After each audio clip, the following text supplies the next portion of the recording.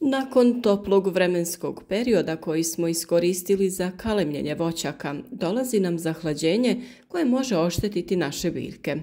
Pored toga, na većini voćnih vrsta koje imamo u voćnjaku je krenula vegetacija, ali i cvjetanje, pa trebamo pokušati zaštititi cvijet od mraza koji je najavljen u narednim danima.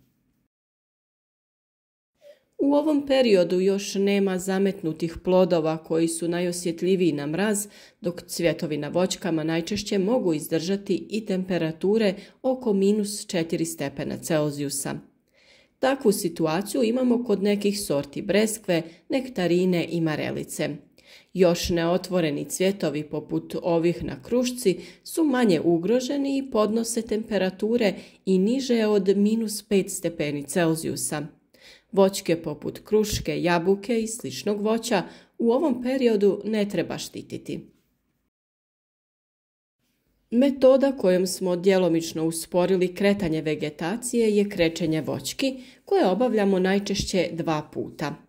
Prije zime krečenjem uništavamo štetnike koji se zavlače pod koru, a na kraju zime funkcija krečenja je da spriječi zagrijavanje tamne kore debla. Na ovaj način dokazano je da vegetacijski ciklusi kreću oko 10 dana kasnije, što je za neke voćne vrste jako bitno. Pored voćnih vrsta kojima su ugroženi cvjetovi, postoje vrste kojima su na mraz osjetljivi listovi, ali i sama stabljika.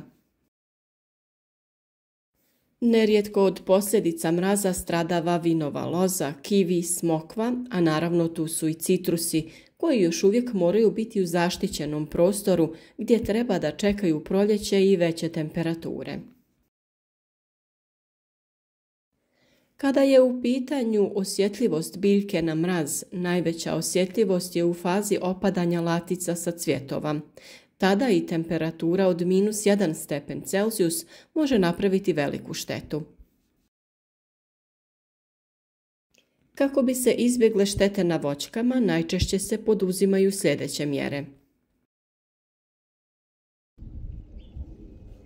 Kod intenzivnih nasada u velikim voćnjacima postavljaju se sistemi za prskanje voćki vodom, pri čemu se smanjuje djelovanje mraza za oko 2 stepena Celzijusa. Također često korištena metoda je dimljenje teško sagorljivih materijala poput piljevine i ostataka kukuruza ili drugih organskih materija. Kod ove metode bitno je da se duže vremena stvara dim, pri čemu se oko voćki stvara dimna zavjesa koja štiti biljku od štetnog djelovanja mraza.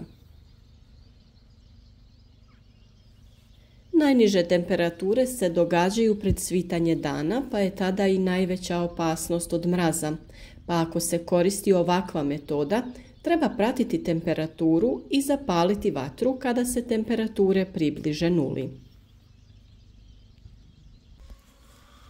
Na manjim voćkama može se primijeniti i zaštita umjetnim materijalima poput agrila ili neke druge tkanine. Također moguće je iskoristiti i ostatke biljaka poput kukuruzovine ili slame.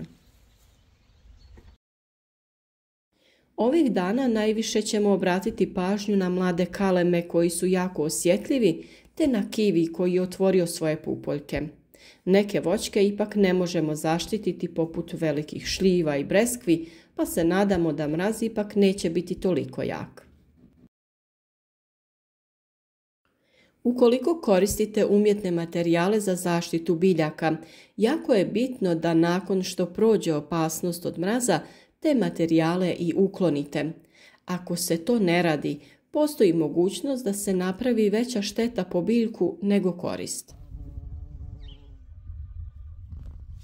Reagirajte i vi na vrijeme i zaštitite vaše biljke od mraza da bi urod bio bolji, a voćke zdravije i jače.